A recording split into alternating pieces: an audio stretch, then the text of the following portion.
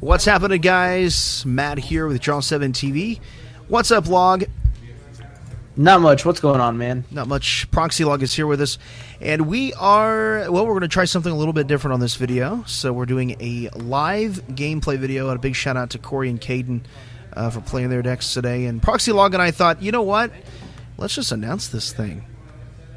Yeah, it's really cool to be able to see tabletop games actually on camera opposed to just playing Pokemon the card game online. The physical card game is just so much more fun. And seeing people, especially with their cool play match, and that kind of thing, it's cool to see people's setups. Well, and honestly, whenever I turn on YouTube or something like that, I would much rather watch a live game any day than something on PTCGO online, which I do like that, but there's something about watching the actual physical cards. Definitely. If there wasn't, then they would just do all their tournaments on PTCGO. So it looks like Caden's playing Umbreon GX with Zoroark, and Corey on the left-hand side is playing Lurantis GX with Vileplume. Interesting take on Lurantis GX. I've personally paired, as you can see on some of the videos on our YouTube page already, I've been pairing it with Mega Beedrill, but this is a straight-up Lurantis attacking deck, so it should be interesting. This is the first actual straight-up Lurantis attacking deck that I've seen. Now, it does have a great attack. Oh, yeah. But it just seems like it's always used for that first attack. Yeah, that 120 for 3 energy and then it heals 30 is a really cool attack. That's and fantastic. It's a good attack because of the flower supply. So it does 40 right off the bat and attaches 2 energy from the discard.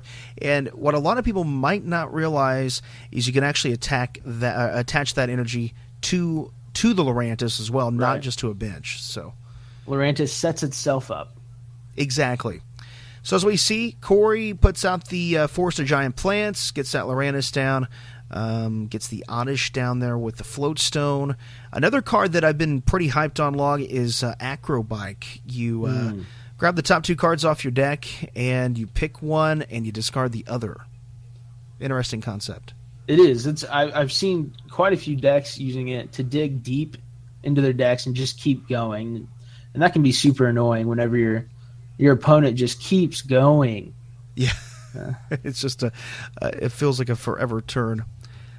All right, so we see here the Ultra Ball for a Shaymin. That'll be a pretty good setup. Looks like he's only got a couple cards in his hand. So. And also what's good about this Ultra Ball is he got an energy in this discard, and I believe it looks like there's another energy in there too. Yeah, so, I see underneath that other Ultra Ball that he played. Exactly. So it's funny watching Lurantis decks, especially playing one, is hit me with Crushing Hammers all day. Go ahead, because I like that energy in the discard for sure.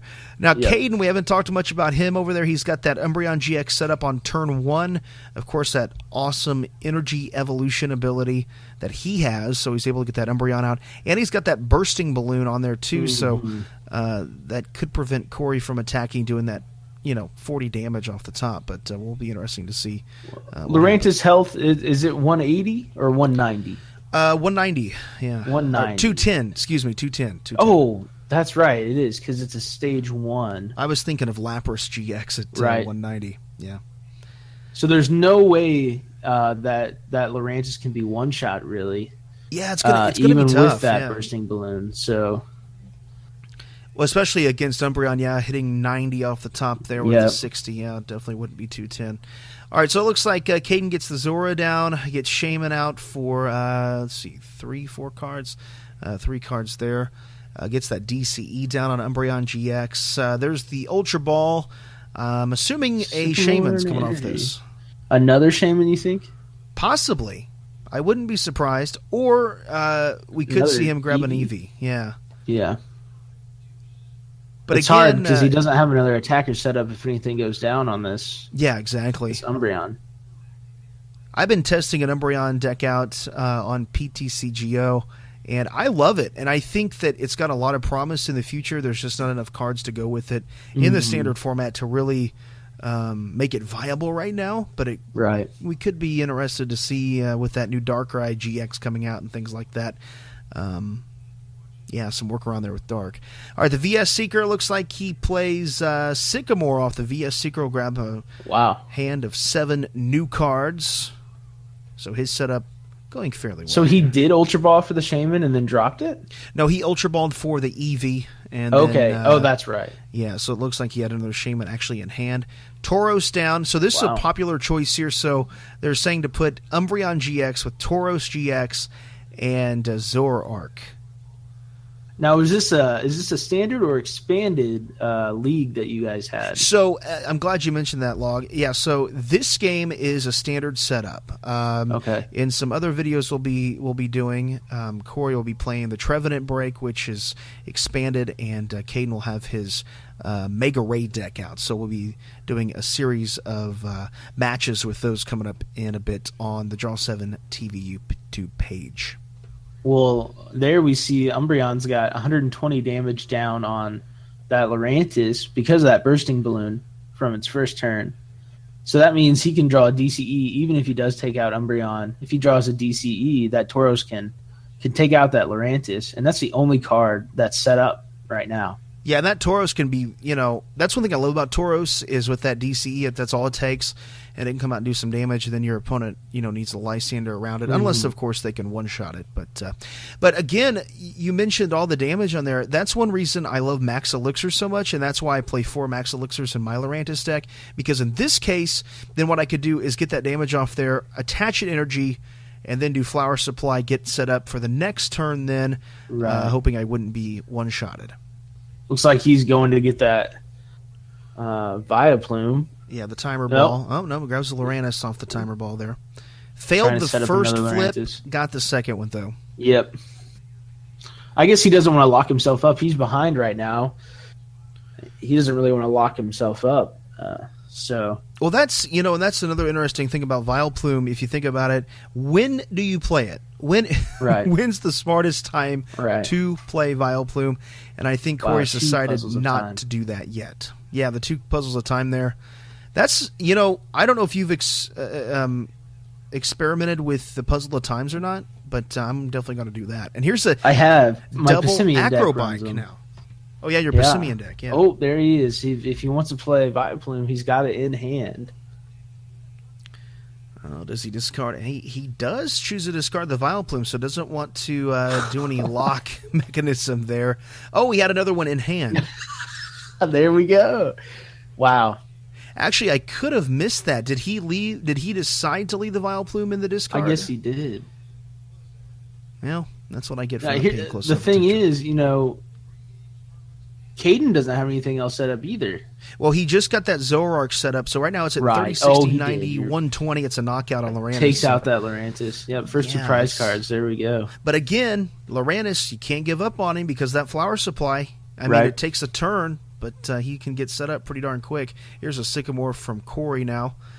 We'll draw 7 new cards. Wow, looks like you got a handful of energy in an in. Is that another Ultra Ball back there? Possibly, yeah. So let's look at Caden's board state, right? So, okay, he takes 40 off Flower Supply, so I'm assuming, Corey will throw that on the active. Zoroark still set up 30, 60, 90 right now it's hitting for. Let's see, how much damage back there on the Umbreon? 120, 160. I would assume Caden will set up the Tauros on this turn. Yep, there it is. And that's exactly what I was thinking. Yeah, there's the DCE there. Can't one-shot Tauros, and Tauros will one-shot anything. You know, honestly, Corey could one-shot Tauros here if he used that Colorless GX attack if he get another energy on the Lurantis. You're right. It'd be 200, and I'm guessing Caden does not play Fighting Tree Belt. Yeah, and Corey just dropped an energy there on his board, so I guess that shows right there that he does have one in hand. Okay, so Tauros will attack for 60, and I'm assuming Corey, he'll attach that energy and probably more than likely do that to Colorless GX here. Yep, that's a really, really good idea. Yeah, it's a solid You got to take something out. You got to get a couple prizes. So remember, folks, the Vileplume is set up, so no item cards, and that's something as a player it's hard to, or I should say, it's easy to forget that sucker's out there, and you make a play, and your competitor says, "No, dude, you can't do that." No item cards for you. Yeah, because you're just so used to tossing them, So yeah, just moving quick, right? That's for sure.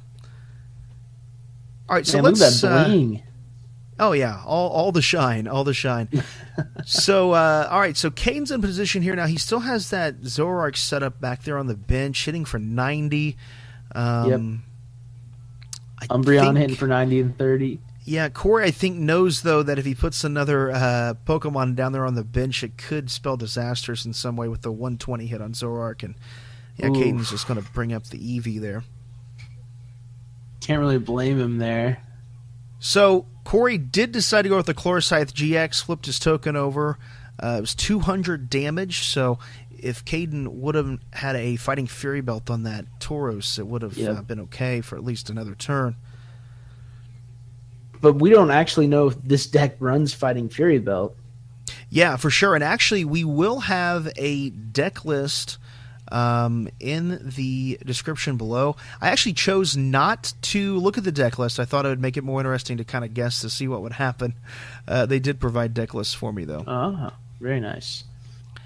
All right, so yeah, Caden's just in trouble here because of the Vileplume. Can't do much in terms of item cards, so it's going to be a little tough to get out of this situation. So his best option here is to draw another DCE, let that Eevee die, put the Tauros back up, take a hit because he can't GX him. Yeah. Corey's not going to be able to hit him without, the Mad Bull GX attack.